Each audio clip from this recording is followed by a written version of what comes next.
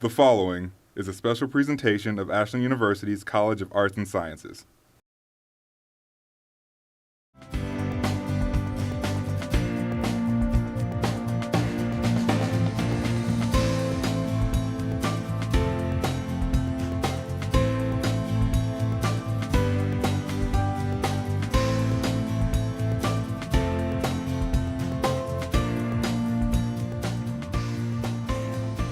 Hello and welcome to the CAS Spotlight, a show where we spotlight the different staff, faculty, and departments in the College of Arts and Sciences. I'm your host, Rebecca Ribley. With 17 departments, Ashland's College of Arts and Sciences encompasses a wide range of programs, with everything from art to history, biology to English, mathematics to communication studies, just to name a few.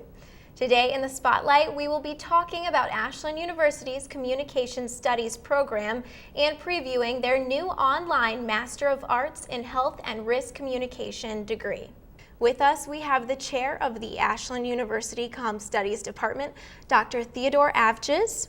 Dr. Avtgis, thank you so much for being with us today. Thank you, Rebecca. It's a pleasure to be here. Well, to start out, I know that the Comm Studies Department is fairly new to the College of Arts and Sciences. You guys kind of began when JDM began. So can you tell me a little bit about what you guys are and what you offer? Sure. I came in 2011, took over the unit that was newly established. At that point, they had a different major structure, and one of the goals that I set forth was to really niche some of the programming, so that what I dreamed of was an enhanced sport communication program, a combined public relations and strategic communication major program, and then the first ever in the country an undergraduate program in health and risk communication. Okay, so I know that you've done a lot with communication studies. Can you tell us a little bit about your accomplishments? Sure. I graduated in 1999 from Kent State University. Then I went down to West Virginia University for 1 year, and then up to St. John's in Queens, New York for 3, and then was recruited back to West Virginia over a dozen years. I still hold an adjunct associate professor position in the School of Medicine at West Virginia University because of my work with first responders.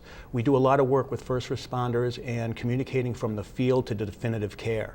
There's a lot of interest in that. There's a lot of need for that.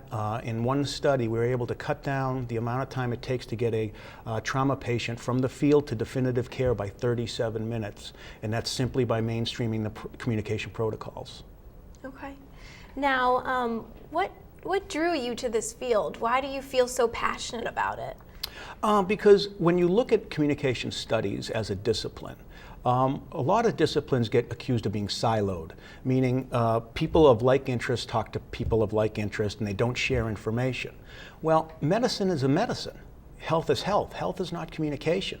So much of helping people, whether it be first responders in a crisis situation or healing someone with cancer, communication and relationships play such a vast role in that.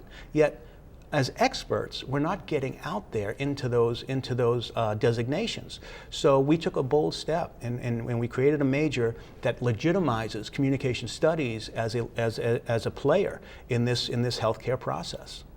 Okay. So what kind of research are you currently involved in? Can you talk about it a little bit? Sure. Currently, we're assessing the efficacy and survivability rates of people who are using our new MISER protocol, which stands for mechanism of injury, vital signs, and then the environment in which the accident happened and the patient's response to treatment. We did an experiment in 2009. And now we're looking at the mortality rates of those people who were transferred using the protocol, as opposed to mortality rates of those who were not using the protocol. That's just one of many studies. Other studies we're looking at is crisis messaging studies, where we're creating messages and looking at the saturation of those messages. We were working with the city, a couple of our interns, in platforming their safety messages, so that we can get some information out to affected publics before disaster strikes. We just went through a cold snap, and how do we let people know where they can get warm, who to call, what to say when you call. So all of that is very interesting, and all of that is communication. While it involves health and why it involves safety, all of that is messaging. After this short break, we'll be back with more on Ashland's Communication Studies Department right after this.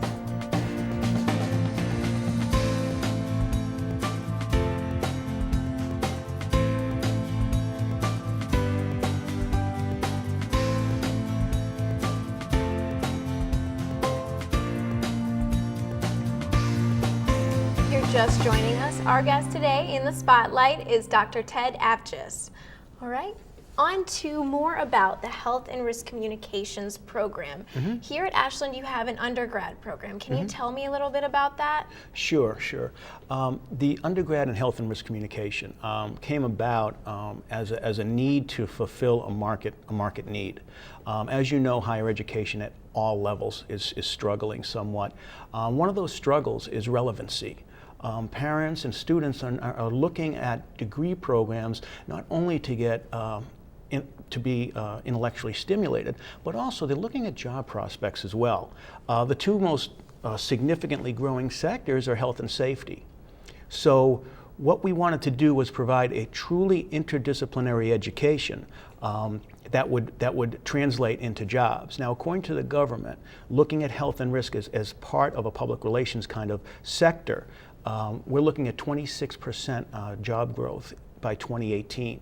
So the jobs will be there. And one thing we did was we had an 8-hour retreat where we literally took every single course offered by AU, and we said, how can this be of significance or contribute to the education in health and risk?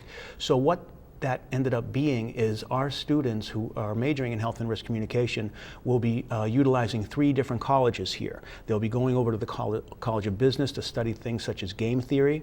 They'll be going over to the College of Nursing and Health Sciences for studying public health.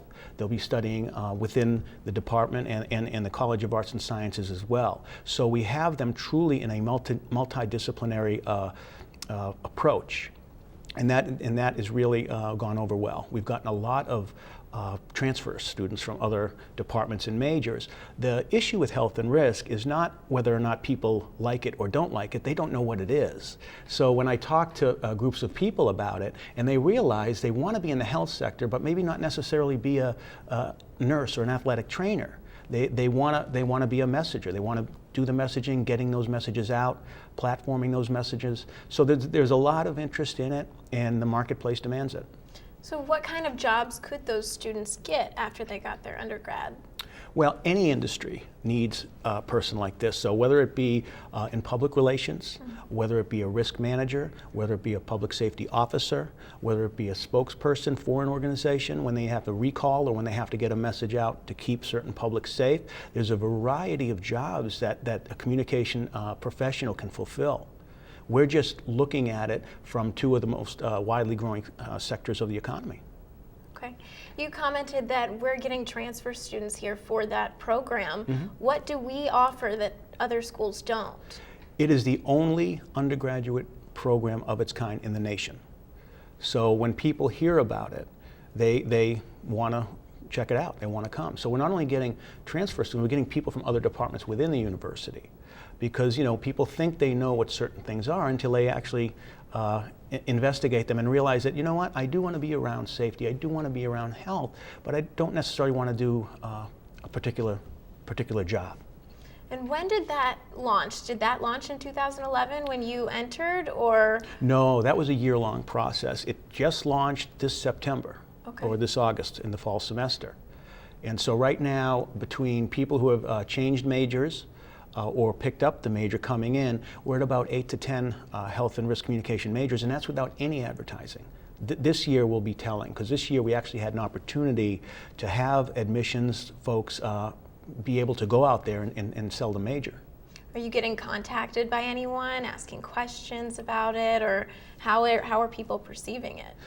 Very well. I was probably about 2 months ago, I was contacted by the Journal of Risk and Crisis Communication, which is located in London. They have 5 different areas throughout Europe. And they were very happy They thought this was a giant step forward, and they did a comprehensive interview with me that is on their website about why we did what we did, why we took the bold moves. Now, in the Department of Communication Studies, we are bucking the trend.